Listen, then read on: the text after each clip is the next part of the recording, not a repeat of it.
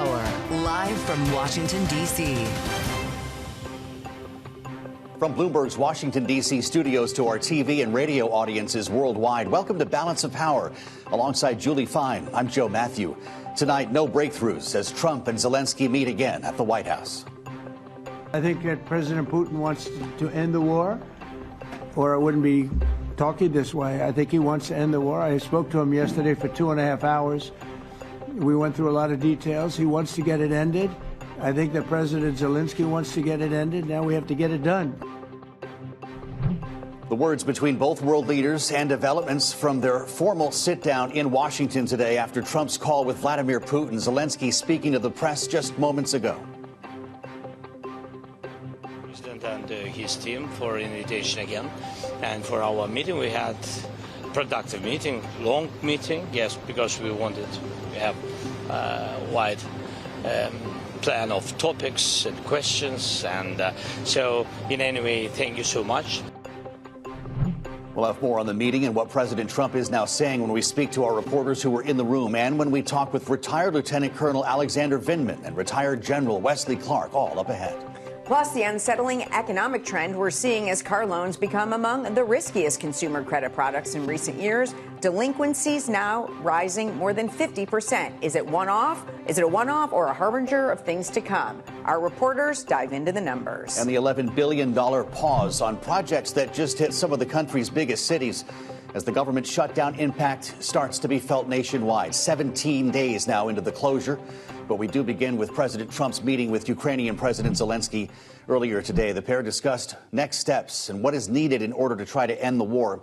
President Zelensky stressing the importance of security guarantees for the Ukrainian people. Take a listen. The most important thing for people in Ukraine, which are under each day's attacks, to have really strong security guarantees. NATO is the best, but weapon is very important. Allies on our side is very important. And between us, for us, bilateral security guarantees between me and President Trump is very important. For details, we now turn to Bloomberg's Kate Sullivan reporting live from the North Lawn of the White House. Kate, it does not appear, based on what we just saw from President Trump, that this was a very productive meeting, even though Zelensky called it long and productive. Donald Trump just now, presumably from Air Force One, writing on Truth Social, enough blood has been shed with property lines being defined by war and guts. They should stop where they are. Is he tacitly endorsing Vladimir Putin's plan to freeze borders in place? It's a great question. So, one of the big, just to take a step back for a second, one of the big questions heading into today was whether Trump was going to agree to provide Tomahawk missiles to Ukraine. These missiles would allow, Zelensky has been pushing for this, they would allow Ukraine to really strike deep within Russia and give them an edge on the battlefield. But from this Truth Social post that came out just moments ago, it seems to suggest that they did not reach that deal, that is not going to happen. He said, as you mentioned, it's time to stop the killing and make a deal. And the territory note is very interesting. He said that they should stop where they are, let both claim victory. It's unclear at this moment whether he means that the territory lines should just freeze where they are. Trump had previously said that he thought that Ukraine could win back all of their territory, which was a shift in his position before. So this position has been shifting from the president. So we're still, overall today, Trump seemed more focused on pursuing further diplomatic engagement and looking ahead to this summit that he's going to have with Putin in Budapest. And Kate, during a very busy day, another development this afternoon, the president has asked the Supreme Court to allow National Guard deployment in Chicago. It looked like that might be coming, but there have been National Guard questions throughout the country. What happens next here?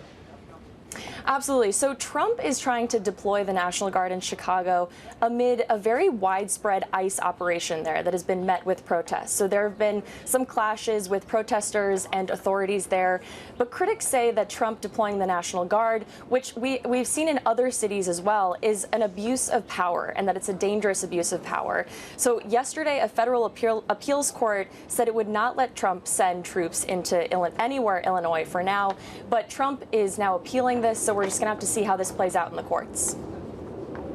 Bloomberg's Kate Sullivan reporting live from the White House. Kate, thank you so much for your reporting. And joining us now with more is retired General Wesley Clark, former NATO Supreme Allied Commander Europe. General, it's great to have you back on Bloomberg TV and radio. Your thoughts after what we just heard from President Trump, as I mentioned, his writing on Truth Social. Enough blood has been shed with property lines being defined by war and guts. They should stop where they are. This is a far cry from the more recent rhetoric that we've heard suggesting that Ukraine could win this war. Does President Zelensky leave Washington disappointed today? I think so. I think he was a little outmaneuvered by Putin with the phone call yesterday. But I think President Trump also is saying something very important. If you want this war to end, Mr. Putin, just stop. That's all you have to do. Just stop shooting. Stop trying to advance. You started it. Stop. It doesn't mean that's where it's going to end up. There's still discussions to be made. But as President Zelensky has said before, get a ceasefire first and then work through the details if the ceasefire holds. So I think the president in his last tweet really does put the pressure on Putin in a very subtle way. General, President Zelensky was here today. Originally, he wanted to talk about Tomahawk missiles. Now you see this tweet come out and you hear what President Zelensky had to say after their meeting today. That certainly no longer looks like a possibility. I agree. I think, but it's like many things President Trump has said. He threatens sanctions. He backs away. He's now threatened Tomahawks. Maybe, as President Zelensky said, it was instrumental in getting Putin to cough up. But Putin's on a threefold strategy. It's use diplomacy to stall weapons shipments to Ukraine. That was what today was about. It's continue to strike deep in Ukraine and against the civilian population to demoralize them and delegitimate the leadership. And number three is try to gain terrain on the ground with the attacks on the ground. That's the threefold strategy. No change there. And if you really want to bring peace and bring Mr. Putin to the table in a mood for peace, you got to put the pressure on Trump and on Putin, and that means Mr. Trump, President Trump, has got to provide military assistance to Ukraine, not just Tomahawks, 155s, ATACMs, Bradley fighting vehicles, a whole host of things that Ukraine needs. Put that on there. You will see Mr. Putin wanting peace at that point. General, it doesn't sound like you think Vladimir Putin deserves another meeting, as the president floated just 24 hours ago. What would be the recourse then for Ukraine and Europe if the U.S. is turning away from Kyiv? Oh, I don't think that. I think President Trump should definitely have another meeting with Putin. I think he's just put the pressure on the military assistance. But I think, look, I think the way you have to look at this is Ukraine is critical to the stability of Europe. If something were to happen to Ukraine, some disaster befall and the government fail or a big Russian military breakthrough, it would destabilize not just Ukraine, but Europe and NATO. And Europe is our greatest trading partner, our greatest investor in the United States. And if we ever hope to manage China and deter an invasion of Taiwan, we've got to stand strong with Ukraine. It's not just a matter of trying to get plaudits for ending the fighting. It's a real problem for U.S. global leadership and deterrence of major war. So we're not able to back away from Ukraine. But by the time President Trump does meet with Vladimir Putin, we've obviously seen this change depending on who he's spoken to last. In some cases, he's also talked to many around him. Is it possible we could see a completely different situation in the next few weeks? I think Ukraine's military is hanging pretty tough. They've got some new tactics they're using to halt Russian infiltration. The Chinese have done a lot to build up the drone manufacturing capacity in Russia, and you're seeing the effects of that in the deep strikes that Russia is conducting against Ukraine. But will there be a fundamentally different place on the battlefield? No. Will there be a fundamentally different place among Europe and the concerns about Ukraine? I hope not. And so what we're going to see is more pressure, more diplomatic efforts to stall assistance to Ukraine while Putin grinds away with this offensive on the ground hoping somehow he's going to make a breakthrough. Maybe by November, when the mud season hits in Ukraine and it's really difficult to maneuver, maybe he'll say he does want to halt fighting. But the thing about it is, Putin's had a 25-year dream of restoring the space of the Soviet Union, starting with Ukraine. It's going to take a lot more than simply a little bit of diplomacy at the top to change his vision and bring real peace to the region. General Clark, there's a war powers debate that's being had, albeit quietly, in Washington right now. If I could turn your attention to the Caribbean and what's been happening off the coast of Venezuela, where U.S. Special Operations Forces now have struck at least 5 boats off the coast there that the White House says were transporting drugs on the way to the United States. I asked Senator Rand Paul about this recently. The Republican from Kentucky is still the lone Republican to sign on to this War Powers Act. And here's what he told us, his thoughts on this. I will co-sponsor the War Powers Act later this week, and we will be discussing this on the floor. I think it's one of the most important debates we have. And the idea that you can kill someone who you don't know their name and has had no process at all.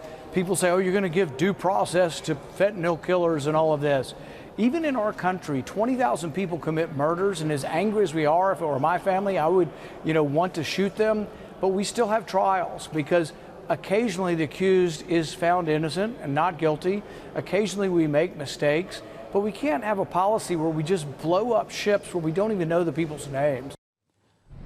Just 24 hours ago, General, the officer who held the job that you once held, as a matter of fact, Admiral Alvin Halsey, the head of U.S. Southern Command, which oversees all the operations in Central and South America, decided to step down 1 year into a 3-year position. It's very unclear why, but he was just recently in the theater to investigate things. What do you make of this resignation? It's something that we don't think we've ever seen before. And what does it say about this operation in Venezuela? Well, it's a little too early to know what to make of this. We don't know whether it's from some personal family matter, whether it's from his general disagreement with the direction of the administration, whether there's something specific about this operation. We don't know really, or whether he was told to resign, as other 4-stars have been told. We don't know. We'll have to wait on that. But what we don't know also is, did President Trump authorize a finding enabling covert operations against Maduro, and what is that finding, and what is the role of the U.S. Armed Forces overtly to support that finding? We don't have that information, but apparently there is a finding out there because they've talked about the intelligence agency going in there and doing something. Now, that should have been briefed to the Big 8, the committee leaders and the leaders in Congress. If it hasn't, it's certainly a breach of protocol and the way business is supposed to work in Washington. But it is possible that there is intelligence behind the scenes indicating that these boats actually are drug smuggler boats. Certainly if one of them is a submarine, that you don't normally go fishing from a submarine. But the responsible leaders in Congress, at least, and hopefully the American people, would see some of that evidence. Rand Paul is right, certainly, in saying that we just don't go around blowing up boats. But if there's a reason for it, please tell us, Mr. President. Well, at this point, nothing has happened in Congress. And as you know, the shutdown continues. So really, what is the recourse for Congress right now?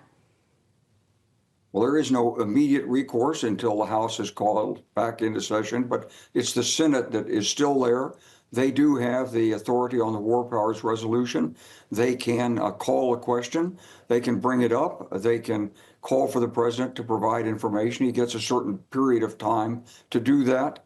But it would be a very important step for Congress to do this because it would help reestablish a sense that we haven't lost checks and balances in this country. There are so many people who are afraid out there right now that that the Congress and the Senate just don't mean anything because things like the Impoundment Act, which was passed during the Nixon administration to prevent the president from not spending money that Congress had appropriated, that's by the board. The tariffs is another issue that is in the responsibility of Congress, apparently not any longer. So a lot of these issues are going to the Supreme Court, but I think the American people and certainly our friends and allies around the world will be comfortable if we can reestablish the sense that there are checks and balances at play in the United States. Retired General Wesley Clark on a busy day, former NATO Supreme Allied Commander Europe. Thank you so much for being with us. Coming up, Argentina pesos took a stumble today even after Treasury Secretary Scott Bessent revealed that the U.S.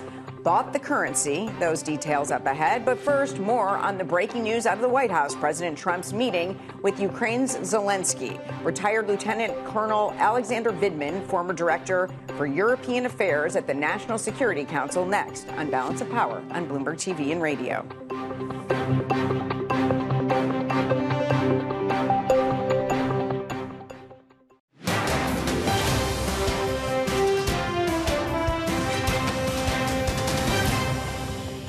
I think we have important dialogues, and I think we begin to understand each other.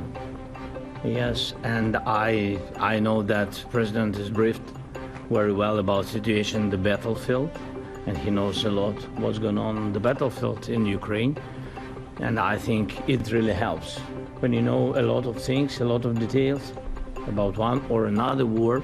It helps a lot. It's Balance of Power on Bloomberg TV and radio alongside Julie Fine. I'm Joe Matthew in Washington. President Zelensky earlier today at the White House speaking to President Trump and reporters moments after the president welcomed him to the West Wing. President Trump moments ago posting on social media, quote, "I strongly suggested to President Putin that it's time to stop the killing and make a deal. They should stop where they are," unquote. Joining us now for more analysis on today's meeting and what exactly took place today, retired Lieutenant Colonel Alexander Vindman, former Director for European Affairs at the National Security Council, now Senior Advisor at Votevets. Lieutenant Colonel, welcome back to Bloomberg. It's good to see you. This was, of course, President Zelensky's fourth meeting with President Trump, now that Trump is back in the White House here. But, of course, they have a much longer history than that, something you know quite well, having been on the so-called perfect phone call that led to an impeachment. I don't know if you have thoughts on the tone today or what we just heard from President Trump in that Truth Social post, but it does look like the president is turning more to Putin now and away from Zelensky. How did you read this meeting? I'm not sure. There's so much kind of shifting back and forward based on the conversation yesterday and the conversations, because the Ukrainians have actually been on the ground for several days trying to set some conditions. They're trying to actually come up with a deal where they're exchanging really capable drone warfare capabilities for advanced gear that they need with regards to air defenses or long-range strike capabilities. This was one of the ideas that they came forward with. They've been talking about tomahawks. They've been talking about sanctions. All this has been somewhat played out in public, which is at times helpful because the President Trump pays attention to the media, but it also doesn't help that a lot of this stuff was telegraphed to Putin, and Putin, to upend this whole conversation, placed a call on a hotline. Sorry, my God. Sorry about that. So placed a call to. You could be on another perfect call here in a moment. That was my wife. She gets the Wonder Woman. Go ahead, Lieutenant Colonel. Yeah, sorry. So I think that the fact is that Putin, as a savvy actor, was looking to upend any real deals, knowing that, based off of his experience, whether it's the Alaska summit or all the other phone calls and encounters, that he could delay and deter the president from taking any kind of decisive action, and that's what largely played out. The Truth Social post is somewhat hard to interpret. Is the president calling for a ceasefire? The language could be interpreted that way, and if so, that's back to pre-Alaska summit conditions, or is he saying freeze the lines, make a deal, and Russia could retain the territory, which is really a condition that's not acceptable to the Ukrainians. So more has to be kind of uncovered there. Certainly the revelations about the call and the subsequent meeting in Hungary are troubling, just like the summit in Alaska was not productive. There were not a condition set ahead of time. This is likely to play out the same way in Hungary. But in that scenario, you'll have both Putin and Viktor Orban meeting together and really ganging up and kind of damning Zelensky in Ukraine.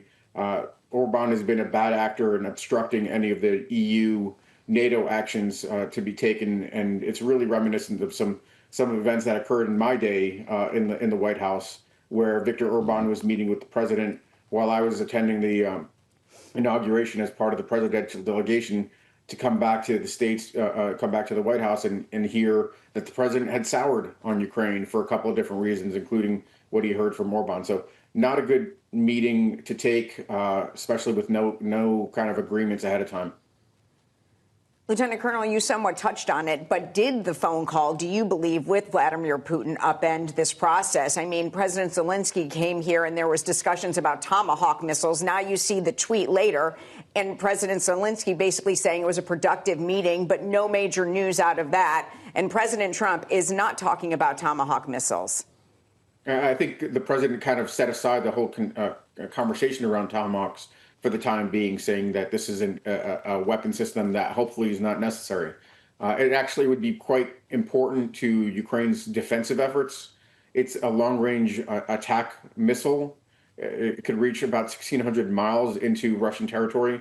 It would allow the Ukrainians to obliterate this facility that they've been using to produce thousands of drones that have been targeting Ukraine's cities, civilian infrastructure, civilian population. So it would really kind of ease the burden on air defenses and what the Russians are targeting now, which is all the heat and energy capacity that Ukraine will rely on heavily in the coming months as it gets colder. But that's off the table based off the conversation with Putin. No real kind of clarity about the administration, its desires to levy sanctions. We're putting pressure on other countries, but we're not kind of leading the charge and saying that we're going to do more to lead a sanctions effort. So not much. I would say there wasn't a mention of sanctions today, Lieutenant Colonel, which really got a lot of attention here in Washington, beyond the Tomahawks. But let's remember, it was only a month ago, less than a month ago, that President Trump suggested Ukraine could win all of the land back that had been occupied by Russia. We've gone from there to potentially another meeting now in Viktor Orban's backyard. Does President Trump not believe that any longer? Well, I think the fact is that he doesn't recall or care about what happened a month ago. It's immediately what's in front of him that really matters. Yesterday is right in the rear view, so it's fresh of mind. But the problem is when the president interacts with world leaders, they know that nothing that they kind of agree to or settle is actually settled. It could be reversed or taken in a different direction, uncharted territories. So I think Zelensky came to the U.S. with some hopes that he could maybe achieve something on the sanctions front, on the weapons front. I think he probably did help kind of make some connections and continue to build bridges with Trump, which is critically important. But in terms of concrete outcomes, nothing there. And it's mainly because President Trump doesn't operate that way. It's immediately what's in front of him. So there's always going to be a deep level of frustration with world leaders that kind of see the president being pretty fickle about the direction he wants to take. It's good to have you back, sir. Retired Lieutenant Colonel Alexander Vindman, former Director for European Affairs at the National Security Council. We thank you for the insights today on Bloomberg. And thank you for being with us on the Friday edition. Coming up, Democratic candidate for mayor Zoran Mamdani, former New York Governor Andrew Cuomo, and Curtis Sliwa spar over how they would handle President Trump during a New York City mayoral debate last night. It got chippy, and we'll have highlights next on Balance of Power on Bloomberg TV and radio.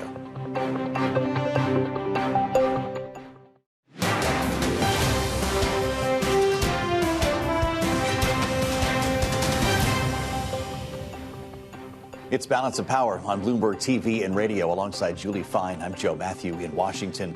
Jittery week on Wall Street ended, in fact, on a positive note for stocks as President Trump's remarks soothed anxiety around trade tensions while regional banks bounced back. The S&P 500 went up about 0.5% to its best week since August, with Trump expressing optimism that talks with Chinese officials could yield an agreement to defuse the tariff spat between the world's two biggest economies. For more on this, We now turn to power moves with Bloomberg's Romaine Bostick back with us this evening from World Headquarters in New York. Romaine, it really reminds us how much the market's keying off what's happening in Washington. Absolutely. And there was a ton of anxiety out there, Joe. You kind of rattled through it. Anxiety about tariffs, anxiety about the economy, anxiety about the government shutdown, anxiety about whatever the heck's going on in the private credit space. But when you take a look at the screen there just over my shoulder, you wouldn't know it. We saw stocks end in the green on the day and on the week. Now, we are well off of those record highs, but this is a market that every time you do see a dip, you do see people step back in and to try to buy that dip. Now, some of this was also a function of what Trump himself said, of course, walking back some of the rhetoric with regards to tariffs in China. It was also from what we heard out of a lot of the banks, some of them walking back or at least trying to throw cold water on the idea that there's anything really wrong out there with lending standards. You put it all together and you still have an equity market, Joe, that continues to move higher, though I do just want to add one asterisk to that. Despite that move higher in equities, we did see a pullback in some other areas of the market, like Bitcoin, like crypto, and we did see a bid into some of the safe havens, like gold, which continued to power through earlier in the week to yet another record high. And Romaine, GLP-1 medication, that was also a topic in Washington yesterday. Hear what President Trump had to say when asked about them. You mentioned a $1,300 drug at the top of this. Were you referring to the weight loss drugs? I was referring to Ozempic or I heard the fat loss drug. So those are going to be $150 out of pocket for Americans? They'll be much lower. They'll be much lower. Yeah, go ahead, please. We have not negotiated those yet. We're going to be rolling these out over time. The GLP category of drugs, which includes Ozempic, have not been negotiated yet. Romaine, how did all that affect the market today? In a big way, and it affected it all week. In fact, you saw Lilly down for a second straight week, Novo Nordisk down for a second straight week, Pfizer down. Platforms like Hims and Hers also moving lower. This is really not just about the GLP-1 drugs, and let's face it, everyone we know is on these things. They're horrible to dine out with those people, by the way. But if the prices are going to come down on those drugs and others, it means the drug companies, but also, of course, these third-party resellers are also going to have a lot of pricing pressures on themselves and margin pressures. And you saw a lot of investors kind of head for the hills on a weekly basis. I guess the big question, as with everything that comes out of the White House these days, is what's the follow-through going to be? If the follow-through is what the rhetoric of what you just heard there that you just played there, Julie, I think this could be a much bigger concern for investors in this space. Bloomberg's Romaine Bostick, thanks so much for being with us. And car loans have become among the riskiest consumer credit products over the last 15 years as delinquencies rose more than 50%. The rise has been driven by soaring car prices and rising interest rates, with consumers across all income categories struggling to make monthly car payments, according to VantageSource. The question now, are the delinquencies temporary or a canary in the coal mine of a potentially floundering economy? Joining us now for a closer look is Stuart Paul of Bloomberg Economics. Hey, Stuart, good to see you. Good to be here with you. Is this just the tip of the iceberg? Well, already when we look at survey data, banks are reporting that auto loan delinquencies are already rolling over. So they may have already reached a peak and are now showing up in earnings. I don't think that this is an especially deep iceberg per se. One thing that we do know, however, as you mentioned, there can be some sort of an indication about the extent to which defaults on auto loans, particularly subprime auto loans, can say something about the quality of the consumer and consumer health. We do know that consumers are stretched rather thin. Savings rates are seriously at lows. They're about 2 percentage points below where they averaged pre-pandemic. And for that cash cushion that folks were focused on Wall Street, consumers' excess savings, cumulative excess savings built up during the pandemic, that's now at a deficit of about $1 trillion. Consumers have really overextended themselves, that's for sure. But when we look at credit quality specifically and what banks are reporting, this does look like this might be rather idiosyncratic, not something that's going to be widening dramatically, certainly not in some sort of a systemic way. Well, of course, Stuart, we talk so much about the track to lower interest rates and what the Federal Reserve is trying to juggle. Knowing we likely have a couple of more cuts coming, does that also help to ease the sting here? It's interesting, as we've seen the Fed restart cuts in September, as we've seen long-term rates come down, we've seen some response from mortgage rates. Mortgage rates have come down dramatically. I have not seen the same thing with autos. When we think about credit conditions for consumers, banks are basically saying that they are tightening lending standards for unsecured consumer loans. Those secured loans, including auto loans, they're feeling generally okay about. And I think that's part of why we saw this bounce back today. I think that as rates come down, I think that banks could become a little bit more willing to lend, including to unsecured borrowers. Stuart Paul of Bloomberg Economics, thanks so much for being with us today. And Argentina's peso weakened Friday after Treasury Secretary Scott Bessent announced that the U.S. bought the currency the day before on the parallel exchange known as the blue chip swap. The Treasury Secretary made the announcement in a post on X, saying that the Treasury is monitoring all markets and we have the capacity to act with flexibility and with force to stabilize Argentina. Joining us now with all the details here in our Washington bureau is Bloomberg's Enda Curran. Enda, great to have you back with us. Were you surprised by this? Was it expected? And what happens from here? Well, the message from the Treasury Secretary has been consistent that they will offer support to Argentina. One of the levers they are pulling is intervening to buy Argentina's currency, which is weakening, and they are trying to prop it up. And the Treasury Secretary says there will be more support coming down the pipe, maybe with some other banks getting involved as well. But there's not much more than that we do know. We don't have much around the details of what's the conditions attached to this support, exactly how they roll out any additional support for Argentina. And also importantly right now, the peso is weakening, so it's selling off despite the US stepping in to buy the currency. What will the ultimate outcome of that be? A lot of analysts say there's a lot of risk on the table here. Let's talk about China for a moment. Bloomberg's Josh Wingrove almost had a one-on-one interview with President Trump today in that cabinet meeting. A series of questions focused on China trade with so many questions, Enda, about exactly where we are, whether these two, in fact, are going to meet. It does appear that they will when they get together at APEC in South Korea. But listen to the latest rhetoric from President Trump on trade with China.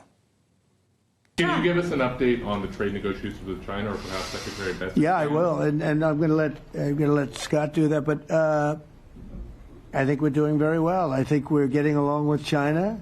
China would like to have something as of this moment. We'll be meeting in a couple of weeks. We'll be meeting in South Korea. You think myself will go forward? I think so. It looks like it's going forward. I think so. They want to meet. We like to meet. I have a very good relationship with President Xi.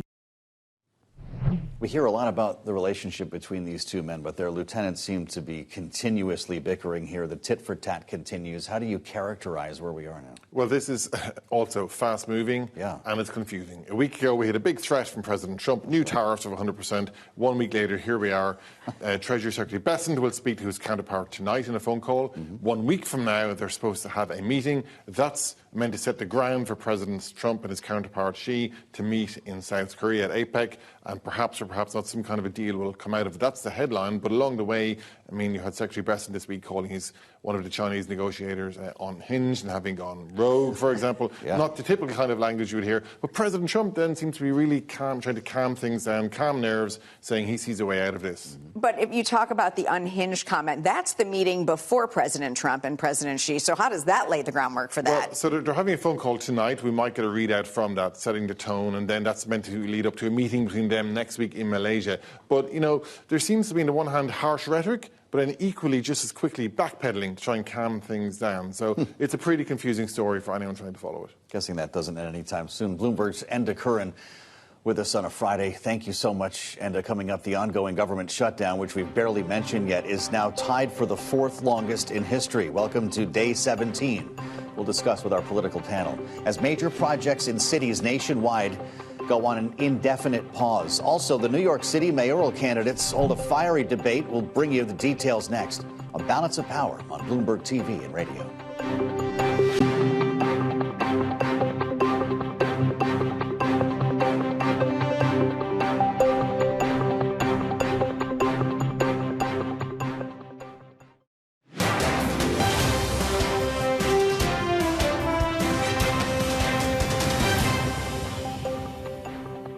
This is Balance of Power on Bloomberg TV and radio. Alongside Joe Matthew, I'm Julie Fine. We'll turn back to the ongoing government shutdown in a moment, but first, here are the stories we're watching in today's Power Brief.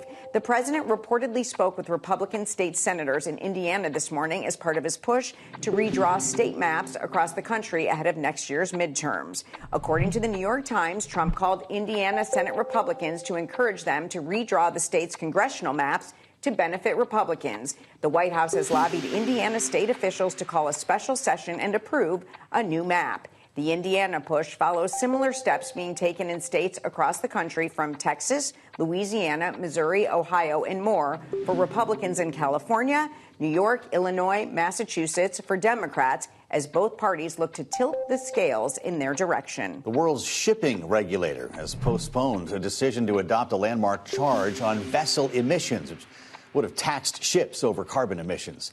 The International Maritime Organization paused the decision just weeks after the U.S. threatened wide-ranging measures against those who supported the tax. In an 11th-hour appeal yesterday, President Trump posting on his social media platform encouraging nations to vote against the tax. The deferment on carbon tax vote is set to last for 1 year. White House Budget Director Russ Vought now says the Army Corps of Engineers has exhausted its funds and will be, quote, immediately pausing $11 billion in projects deemed lower priority. Vought adding that these projects will also be considered for cancellation, impacting major cities like New York, Boston, San Francisco, and more. The budget director placed the blame for these pauses and potential cancellations on the ongoing government shutdown that is now in its 17th day. Speaking of New York, the three remaining candidates in New York City's mayoral race squared off, leading to some heated moments in a debate last evening like this one between frontrunner Zoran Mamdani and former New York Governor Andrew Cuomo. This is not a job for a first-timer. If you don't know what you're doing, people could die. Mr. Mamdani, want to respond? And if we have a health pandemic, then why would New Yorkers turn back to the governor who sent seniors to their death in nursing homes? That's the kind of experience that's on offer here today. What I don't have in experience, I make up for in integrity. And what you don't have in integrity, you could never make up for in experience. He showed up with the one-liners. Betting markets signaled that the event failed to change the trajectory of the race, with Mamdani still seen as the most likely winner in November. The frontrunner, Polymarket, showing the Queen's Assemblyman with about 90% odds compared to all of 8% for Cuomo. Joining us now with their reaction to this story and another busy day here in the nation's capital. Our political panel, Bloomberg Politics contributor, Democratic analyst Jeannie Sheehan Zaino, democracy visiting fellow at Harvard Kennedy School's Ash Center, alongside Republican strategist Annalise Keller, partner at 7 Letter. Jeannie, let's get started. You're in New York, so tell me what happened, if anything, last evening. You had a very well-rehearsed Mamdani, clearly ready for the competition, and a Andrew Cuomo who seemed better suited to some for politics in Albany than in Manhattan. Did he win the race last night? Yeah. I mean, it's hard to imagine, and you just look at the odds that you just talked about, Joe. What could happen that could dislodge Mamdani's lead, which in the latest Fox News poll is 25%? I mean, it is astonishing. And you can almost see the frustration on Andrew Cuomo's face, thinking, I am facing somebody who's never held an elective office, an executive office, not elective, and yet he has not been able to make inroads despite being a Cuomo in the state of New York. Mamdani was cool. He was calm. He was able to address a lot of challenges brought up. And Andrew Cuomo simply couldn't dislodge him. And, of course, Curtis Sliwa offered absolutely no assistance to Andrew Cuomo. Some people wanted the two of them to gang up on Mamdani. He didn't. He attacked them both. And Curtis Sliwa, I think, won the night with his one-liners. But nothing is enough to dislodge Mamdani's lead at this point, unless he utterly implodes at the next debate next week, and I doubt that would happen. I mean, he really confronted some things that he had been attacked on for some time, and Mamdani was very, very calm through the whole thing. In fact, he at points seemed to be the calmest of all three of them, Annalise. Yeah, I would agree. I think he says things with a smile. He comes across as relatable, believable. And, you know, I was thinking him and AOC teaming up down the line would certainly be a ticket to potentially watch. But another interview that I watched with Mamdani was his Fox interview. You know, I certainly commend him for going on Fox. But in that interview, Martha asked him if he would be willing to say that Hamas should disarm. And he was unwilling to say whether or not he thought Hamas should disarm, which I think is a really concerning policy perspective and viewpoint to have for someone running New York. He was ready for breakfast, though, it does seem. The most important question in the debate had to do with what your order would be for breakfast at the bodega. Now, listen to all three. We'll have the panel weigh in on this. This is where Andrew Cuomo starts listening and choosing his choice. Let's listen to how it went. What's your go-to breakfast order at the bodega, Mr. Sliwa? Oh, eggs and cheese on a roll. No salt, please. Mr. Cuomo? Same thing, no salt also. Mr. Mamdani? Egg and cheese on a roll with jalapenos. I don't know if every bodega has jalapenos, maybe hot sauce. But Jeannie, really? You went with the same order as the last guy, including the no salt? Shouldn't he have maybe reached for a bagel or something different? Has he been to a bodega? Yeah, I'm very empathetic to Andrew Cuomo. I, too, would have said, I guess, the same thing, but it doesn't work so well in a debate, you know. And Andrew Cuomo, I think, just decided that he was going to go along even with the no salt. So I don't think it was I don't think it was a great moment. I think he maybe was probably prepared for a pizza question, not expecting a bodega question. Yes. But, Jeannie, a pizza question can be a major problem as well, as you know. I mean, what if you use a knife and a fork? We saw what happened there. That's absolutely right. So I think he might have been ready for that, but not this one. But, Julie, I'm completely empathetic to that. I don't eat at bodegas a lot, so I would have just said black coffee. That would have been me.